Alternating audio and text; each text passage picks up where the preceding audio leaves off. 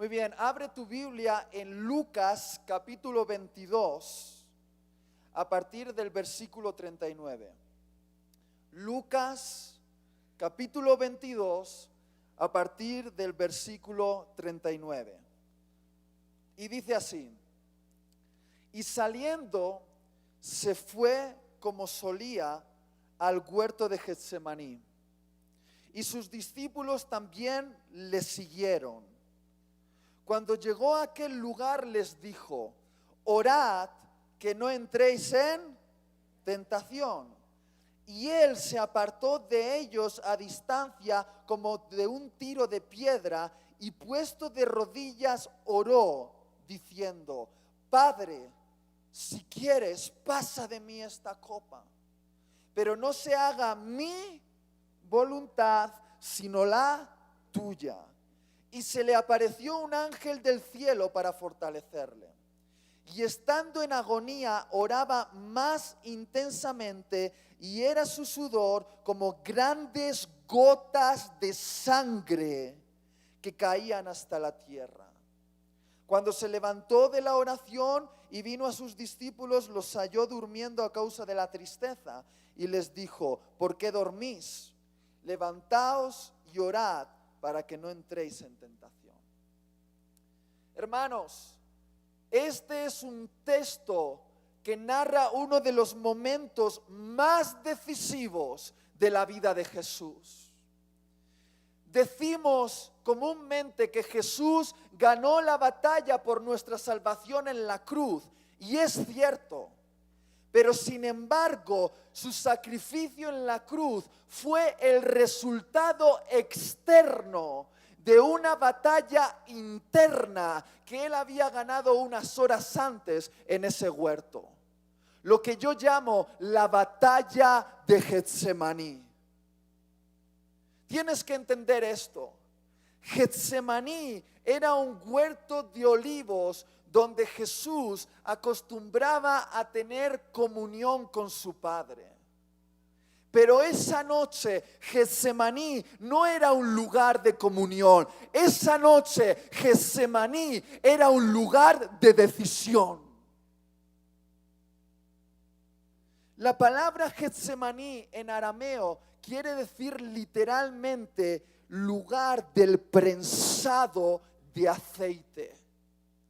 Y cuenta la historia que acabamos de leer que Jesús estaba orando de rodillas, y la Biblia describe que él estaba en una profunda agonía. Yo puedo imaginar que esta agonía era producto de saber que unas horas después iba a realizar el acto de redención más grande que ha visto el universo, cargando con todo el pecado de la humanidad. Y él estaba en una agonía tan profunda, una tristeza, una especie de peso sobre él. Era tan grande la presión que él estaba padeciendo que la Biblia dice literalmente que sudaba grandes gotas de sangre. Ahora escúchame bien, ese no es un detalle puesto por el autor para hacer más dramática la historia. Eso es lo que ocurrió literalmente. Jesús literalmente sudó gotas de sangre.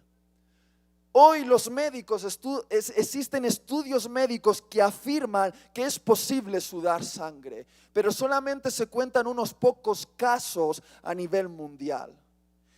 La gente que suda sangre es la gente que sufre una afección fisiológica que se llama la hematoidrosis. Y la hematoidrosis es cuando un cuerpo es sometido a una presión emocional más grande de lo que el cuerpo físico puede soportar, un estrés tan grande que satura el corazón y empieza a palpitar tan fuerte que empieza a crearse una presión tan grande en los pequeños capilares sanguíneos que literalmente esos capilares sanguíneos explotan por la presión.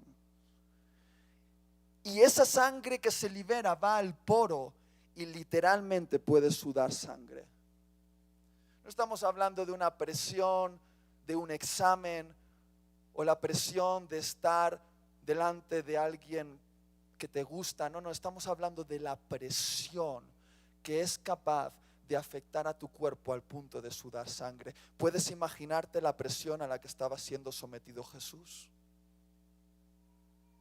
Como una oliva que está siendo prensada en Getsemaní, Jesús estaba siendo sometido a una presión más grande de lo que su cuerpo, alma podían soportar. Y muchos aquí dicen, bueno, es normal, él tenía miedo a los latigazos, él tenía miedo a los clavos, él tenía miedo a la cruz. Jesús no era un cobarde. Muchas veces le intentaron apedrear y él no se movió, él no tenía miedo a la agresión física. Pero sin embargo esa noche él estaba temblando de miedo. ¿Por qué? No le daban miedo los clavos, ni la cruz. No le daban miedo los latigazos, le daba miedo la copa. El Padre estaba ofreciendo a su Hijo Jesucristo beber una copa. Ahora, muchos aquí no entienden el significado de esta copa, pero en el Antiguo Testamento la copa era un símbolo de la ira de Dios echada sobre esta copa y reservada para la humanidad rebelde en el día del juicio final.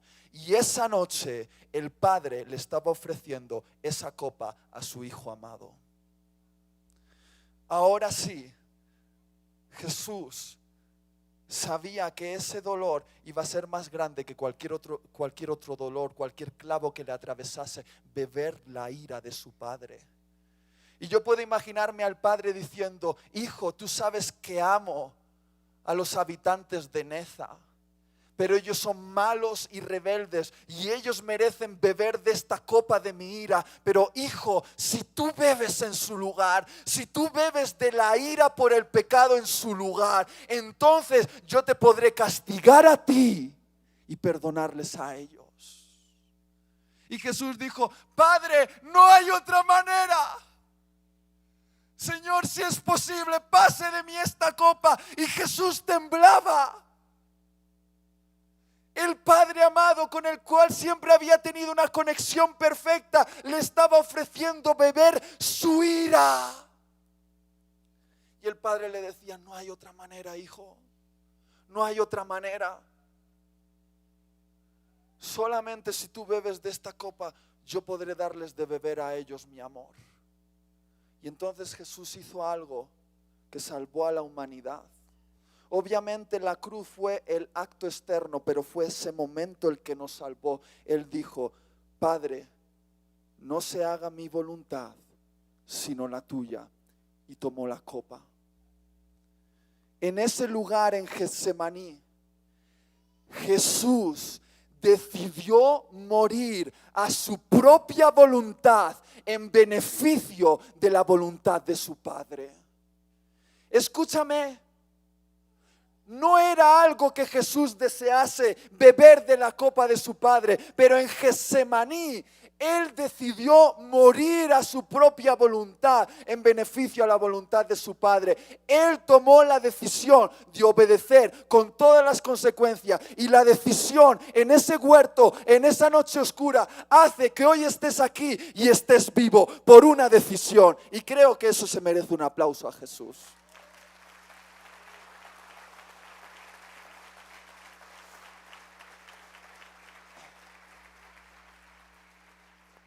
Ahora déjame explicarte qué quiero decir con esto. Si te has preguntado alguna vez cuál es la clave de la relación tan íntima y perfecta que Jesús experimentaba con su Padre, no hace falta que escuches otra predicación, ni que te compres otro libro, ni que te apuntes a un seminario para describirlo. Es muy sencillo. La clave de la relación tan perfecta que Jesús tenía con su Padre es esta: obediencia. Una radical, absoluta e incondicional obediencia. Iglesia, permíteme decirte algo. Una obediencia postergada es desobediencia. Una obediencia a medias es desobediencia. Incluso una obediencia con murmuración es desobediencia. Si tienes problemas con obedecer a Dios, tienes problemas con tu amor por Dios, porque el amor a Dios y la obediencia a Dios son como las dos caras de una moneda, son inseparables. Juan 14:15 dice: si me amáis, guardaréis mis mandamientos. Escúchame esto. La obediencia es la muestra externa de tu amor interno por Dios. Pon atención a este principio. Tu nivel de amor por Dios está determinado por tu nivel de obediencia a Dios. Di conmigo, mi nivel de amor está determinado por mi obediencia. La calidad de tu amor se define por la obediencia radical, rápida y sin ningún tipo de excusa que tengas hacia Dios. No, pero yo le amo porque le lanzo besos en la alabanza. No.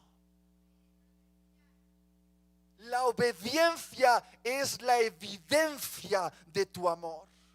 Y Jesús contó una parábola acerca de la obediencia. Se encuentra en Mateo capítulo 21, versículos 28 al 31. Jesús en esta parábola habla acerca de un padre que tenía dos hijos. Y sabes, estos dos hijos tienen una relación peculiar con su padre. Y esa relación está definida por su obediencia. Estos dos hijos definen dos tipos de cristianos, dos tipos de personas que están hoy aquí en esta sala. Pon atención a la parábola, Mateo 21, 28. Dice así: pero ¿qué os parece? Un hombre tenía dos hijos y acercándose al primero le dijo: hijo, ve hoy a trabajar en mi viña. Respondiendo él dijo: no quiero. Pero después, arrepentido, fue. Y acercándose al otro le dijo de la misma manera. Y respondiendo él dijo: sí, Señor, voy. Y no fue. ¿Cuál de los dos hizo la voluntad de su padre? Ahora, esta parábola es súper sencilla, pero encierra un secreto impresionante. Esta parábola habla de dos hijos y tú te identificas con uno de ellos sin lugar a dudas. Ahora, habla de un hijo obediente y habla de un hijo desobediente. Pero ¿cuántos padres hay aquí? Vosotros que sois padres, decidme algo. ¿No crees que simplemente por ser hijos, ya sea que sean obedientes o desobedientes, estos dos hijos tendrían acceso a los beneficios de la casa de su padre? Escúchame. Tú a tus hijos, se porten bien o mal, ¿les das de comer? ¿Les das de vestir? ¿Les das protección? Sí. Es decir, los beneficios de la casa son dados por el padre a sus hijos gratuitamente, solamente por ser hijos y porque son hijos amados. Estos dos hijos por igual tendrían todo el acceso a los beneficios de la casa, pero te digo una cosa, aunque los dos eran amados, solo uno de ellos fue aprobado. Y aquí hay un principio que quiero compartir contigo. Que experimentes los beneficios de la casa del Padre no significa que tengas la aprobación del Padre. Lo voy a volver a decir. Que experimentes los beneficios de estar en la casa del Padre no significa que el Padre te apruebe. Porque los beneficios de la casa se te dan únicamente por ser hijos, pero su aprobación siempre es la recompensa por tu obediencia. Lo que quiero decir es que si Dios te bendice, eso no es una señal de que Él te apruebe. Escúchame bien, que Dios te bendiga no es una señal de que Él esté aprobando tu estilo de vida. ¿No dijo Jesús en el Sermón de la Montaña que Dios hace llover sobre buenos, sí? Ahora, si tú fueses un agricultor y tuvieses una plantación y Dios envía lluvia sobre tu plantación, eso sería una bendición, ¿cierto o no? Entonces tú dirías, bueno, qué bueno es esto. Como Dios me envía lluvia, quiere decir que Él me aprueba. Pero seamos sinceros, ¿no llueve tanto en los campos de trigo como en los campos de marihuana? Que Dios haga llover sobre el sembrado no dice nada acerca de que apruebe el corazón del sembrador. Que Dios te esté bendiciendo de alguna manera lo hace porque eres hijo y Él hace llover sobre buenos y malos, pero eso no significa necesariamente que Él esté aprobando tu estilo de vida. Lo voy a explicar con claridad. Que Dios te haya dado un mejor trabajo porque se lo pediste no significa que Él te apruebe. Que Dios haya contestado una de tus oraciones no significa que Él te apruebe. Que cuando vienes aquí sientes su presencia y al poner la mano sobre ti te caes al suelo, no significa que Él te apruebe, porque la bendición no es una señal de la aprobación. La aprobación es superior a la bendición. La bendición es gratis por ser hijo, pero la aprobación es la recompensa por una vida de obediencia. Debes buscar con mayor pasión ser aprobado por Dios que ser bendecido por Dios. Muchos de los que estáis aquí venís a por una bendición, pero Dios quiere llevarte a un lugar de madurez donde luches por su aprobación. Y su aprobación depende de tu obediencia. Veamos a estos dos hijos. El primero, ¿qué es lo que le dijo? Pon otra vez si quieres la parábola ahí en la escritura, en la pantalla. El primero, cuando el padre le dice, vete a mi viña, ¿qué le contesta? Dice, no quiero. Pero después se arrepiente y va. Ahora escúchame bien, porque muchas veces a las parábolas tenemos que ponerle un poco de imaginación. Imagínate que este hijo está en el sofá viendo la tele con el aire acondicionado.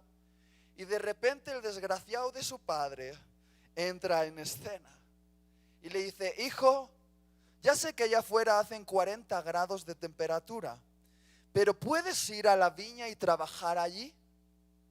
Y de repente el hijo mira a su papá y le dice, papá, pero si hace mucho calor allá afuera, yo no quiero ir, olvídate de eso. El padre no le insiste, cierra la puerta y de repente el hijo está pensando, qué desagradecido soy.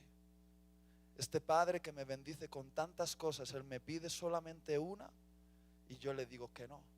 Entonces va al armario, se coge el mono de trabajo, su ropa y se va a trabajar a la viña debajo de 40 grados de sol.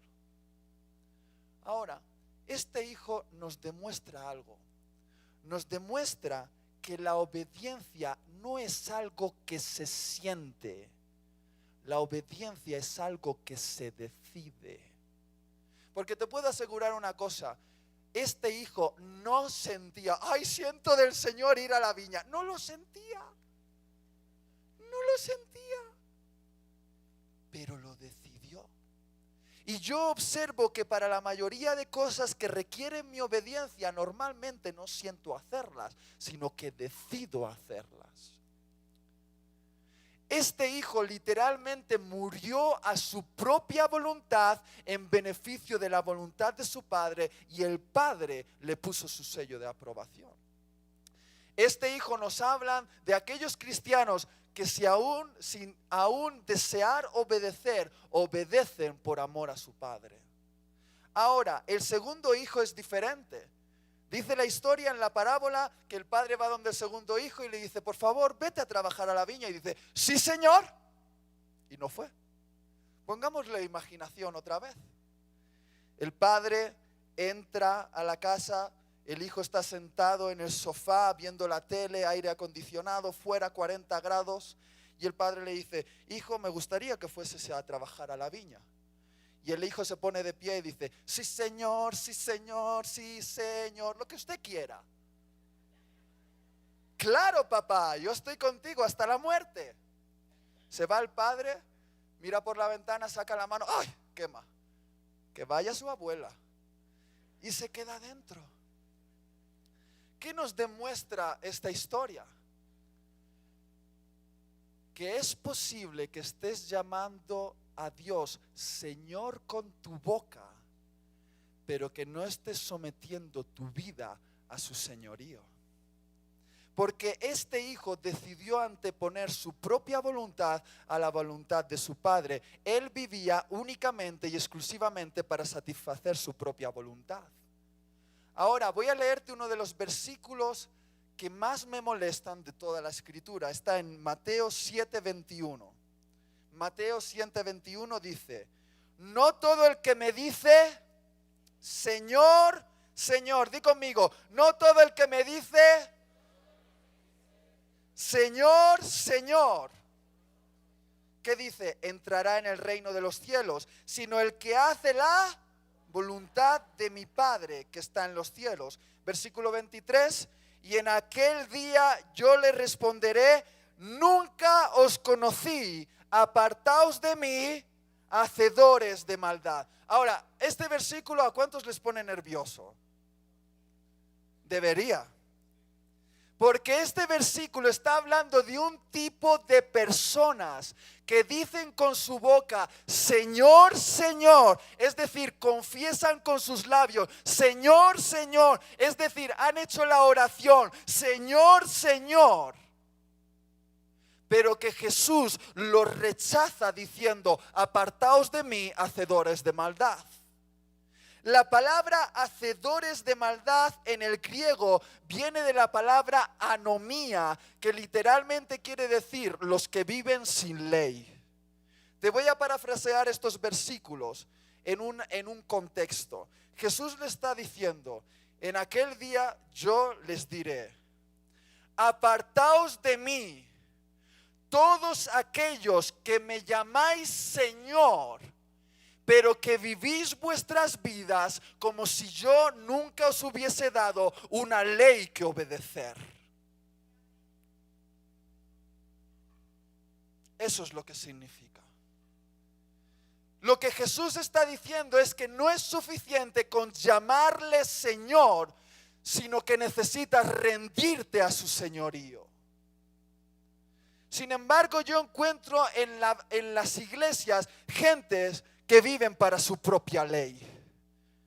Dicen Señor, Señor, cantan alabanzas, Señor, Señor, sí Señor, incluso se caen y dan vueltas por el suelo, pero tristemente puede ser que en la eternidad terminen en el infierno. Porque esta gente funciona así. Dios les ha dado una ley que obedecer. Ayúdame un momento, aguántame el micro. Y ellos funcionan así. Dios les da una ley. Aguántame el micro, sube. Con eso, pónmelo aquí. Lo que voy a hacer ahora va a doler, pero los profetas en el Antiguo Testamento también hacían estas cosas.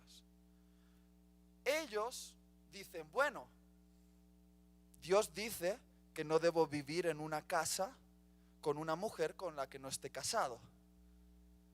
Pero 2 en la casa es mejor, podemos pagar mejor la renta.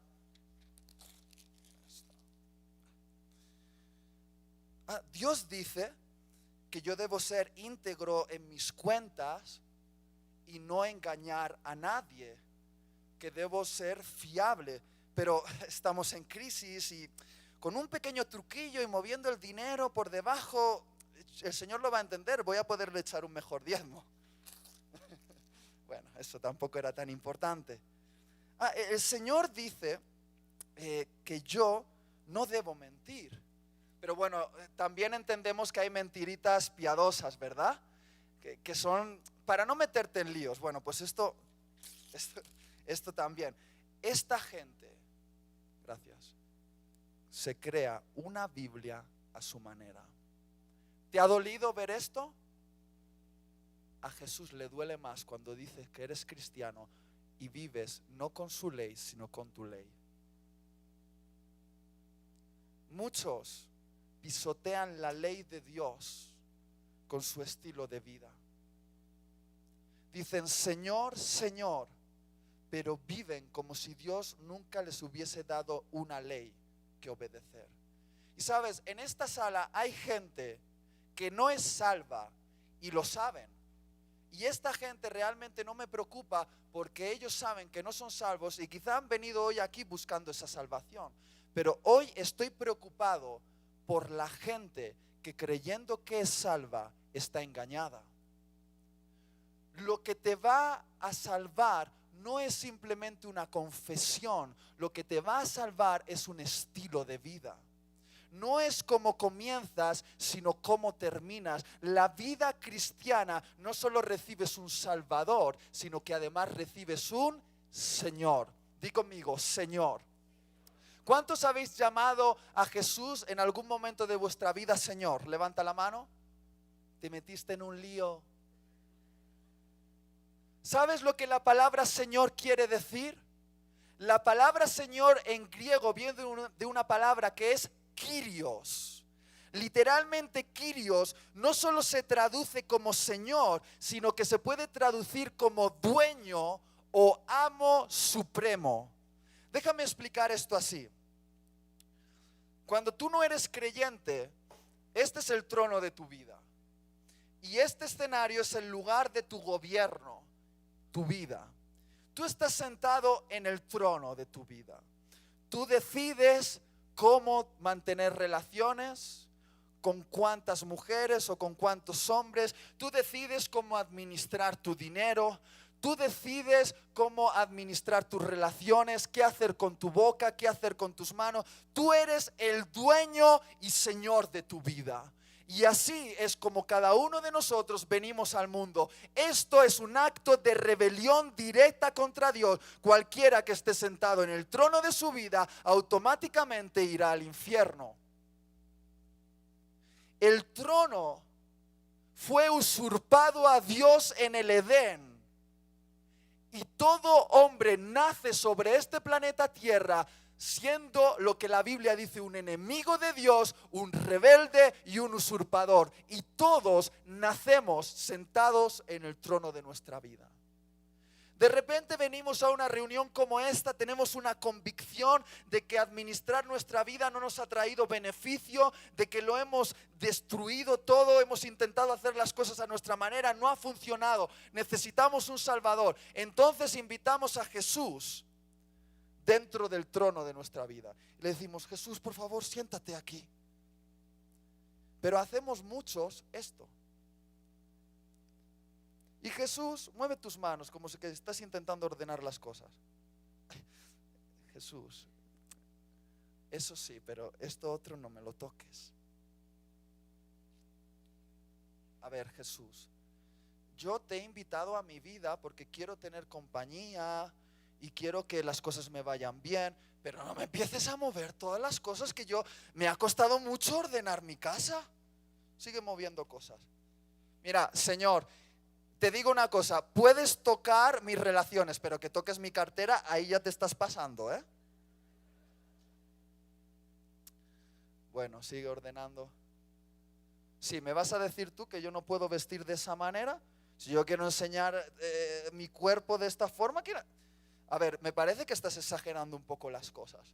Muy bien, esta es la manera como muchos de vosotros estáis viviendo vuestra vida cristiana. Tenéis a Jesús sentado en el trono, pero estáis a su lado negociando las cláusulas de este contrato. Esto no es una vida cristiana. ¿Sabes cómo se ve una vida cristiana?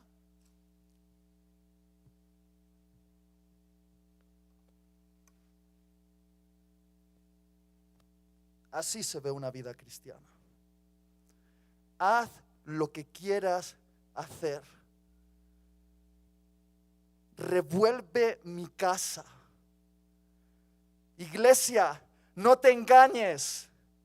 Dios no ha venido a tu corazón para ser un huésped. Dios ha venido a tu corazón para ser el propietario.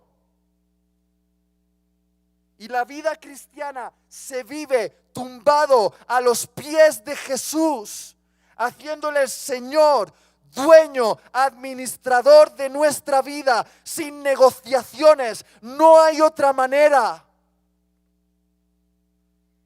No hay otra manera. Gracias. Me gustaría que alguien me ayude con el piano. Lo que he venido a decirte esta mañana es que muchos habéis entendido la vida cristiana, recibir a Jesús en vuestro corazón, y en ese corazón tenéis muchos departamentos. El departamento de tus relaciones, el departamento de tu ocio, el departamento de tu familia, el departamento de tu dinero. Y cuando recibiste a Jesús en tu corazón, pensaste que lo único que tenías que hacer era abrir un nuevo departamento dentro de tu corazón. Un huequecito, una casa linda donde dejar a Jesús entrar ahí. Pero te digo una cosa, si alguien te vendió el evangelio así, te ha engañado. Porque Jesús no ha venido como huésped a tu casa. Él ha venido a tomar propiedad de tu casa. Él no quiere tener un departamento en los departamentos de tu corazón. Él quiere tomar el dominio absoluto de toda la casa. ¿Y sabes qué? A este Jesús le encanta abrir los departamentos oscuros, poner patas arriba a nuestro corazón, hacer obras en la casa, y te va a molestar. Te va a molestar. Pero si un día llamaste a Jesús Señor, te metiste en un lío, porque Él ha venido a hacer obras en tu corazón. Iglesia, necesitamos no solo conocer a Jesús como nuestro Salvador, es urgente que le conozcamos también como nuestro Señor, dueño y amo supremo. Y algunos aquí dicen, Itiel, pero es que Dios me pide mucho. No, te lo pide todo. Todo. Pero yo he descubierto algo. Prefiero ser el mayordomo en una casa donde Jesús gobierne que el dueño de una casa que gobierne yo. Porque ser el mayordomo en la casa donde Jesús gobierna es más enriquecedor, produce una vida más fructífera que en una vida donde yo gobierno y destruyo todo con mi gobierno. Y quiero terminar volviendo donde empecé, a Getsemaní. Si tú deseas vivir en la relación íntima y perfecta que Jesús tenía con su Padre, no hay otro camino salvo el mismo que Jesús recorrió: la obediencia. Eso implica que tú también tienes que ir a Getsemaní. Iglesia, si quieres ahora evadir tu mente es tu problema, pero eso no va a quitar de que esto sea la verdad. Getsemaní es el lugar donde debes morir a tu propia voluntad en beneficio de la voluntad de tu Padre. Getsemaní es el lugar donde se prueba tu obediencia. Y muchos hoy aquí están en Getsemaní. No hace falta que te profetice para saber que Dios a muchos de aquí les ha pedido que rompan una relación. Sé que no lo deseas, sé que no quieres, pero la obediencia no es algo que se siente, la obediencia es algo que se decide. Estás en Getsemaní, tienes que sudar sangre, te tiene que doler, pero es el camino. No tendrás vida sin muerte. No tendrás avivamiento sin arrepentimiento. No tendrás resurrección sin una completa muerte. No necesito ser profeta para saber que a algunos aquí Dios les está pidiendo que sean íntegros con su dinero. Sé que no lo sientes. Sé que tienes buenos planes de vacaciones. Y tú dices, Dios lo va a entender, Dios lo va a entender, Dios lo va a entender. Los de ese versículo hacían milagros, ponían sus manos sobre los enfermos y sanaban, y Dios los envió al infierno. Porque no se trata de lo que haces para rellenar el cupo de tareas para Dios. Lo que a Él le importa es cómo respondes a lo único que Él te está pidiendo.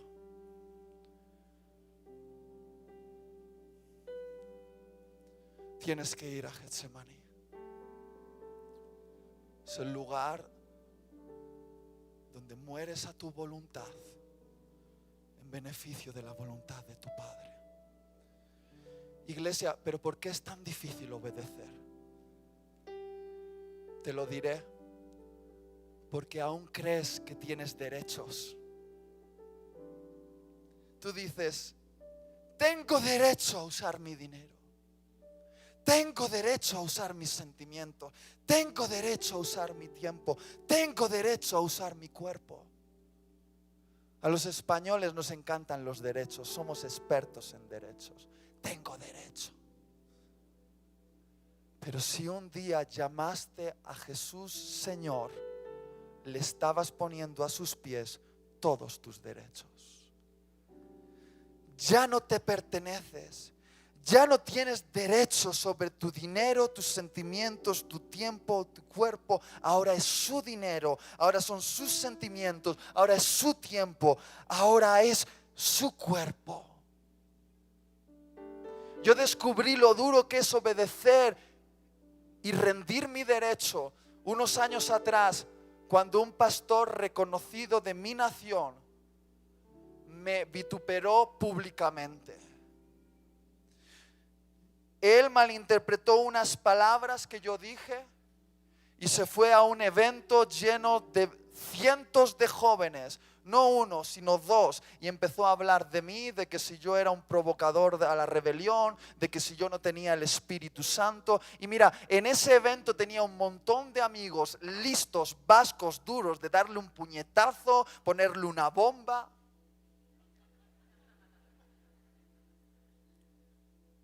Y estos amigos vinieron, y yo tengo cierta influencia también.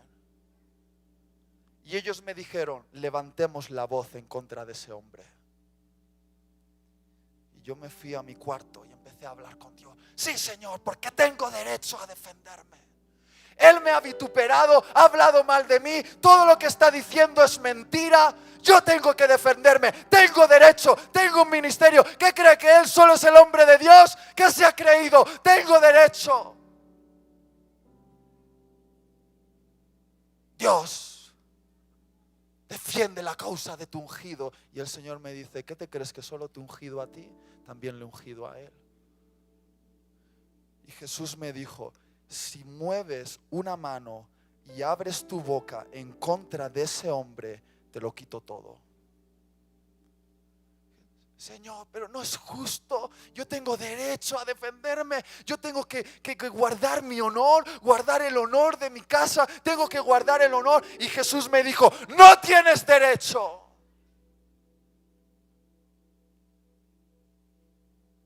Y Tiel, me perteneces. Tu honor es mi honor. Y yo quiero guardar mi honor a mi manera, no a la tuya. Pero Señor, déjame solo defenderme un poquito. No. Y Tiel, ven a Getsemaní. Ven a Getsemaní. Y me llevó a ese lugar de quebranto. Sudé, lloré, di mi corazón y cerré mi boca. Cerré mi boca. Cerré mi boca. Fui a un lugar de muerte. Mi Getsemaní. Iglesia, ¿cuál es tu Getsemaní?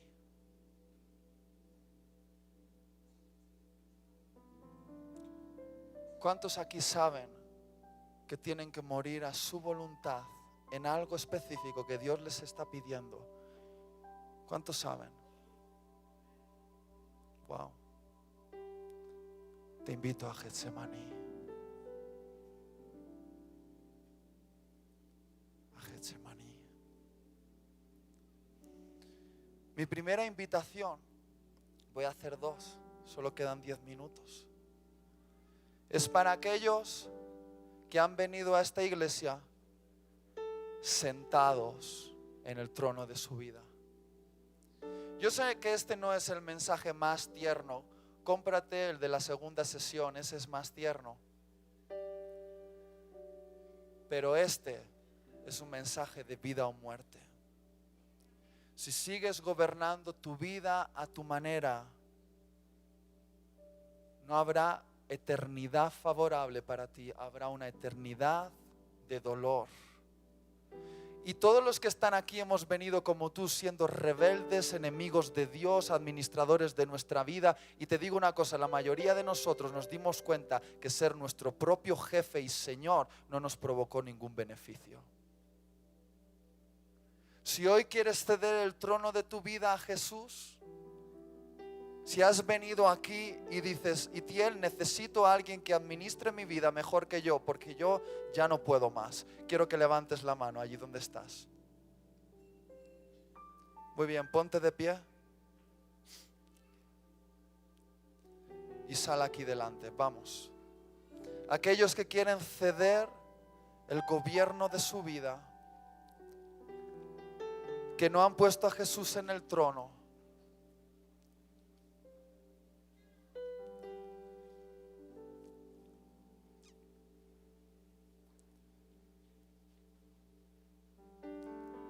tú dices, Itiel, yo ya tengo a Jesús en el trono, pero tengo que ceder un área. Eso viene después. Ahora estoy hablando, y es sorprendente si sois tantos. Eso significa que hay un avivamiento aquí. Haz esta oración conmigo. Señor Jesús, ven a mi corazón. Cedo el gobierno de mi corazón a ti.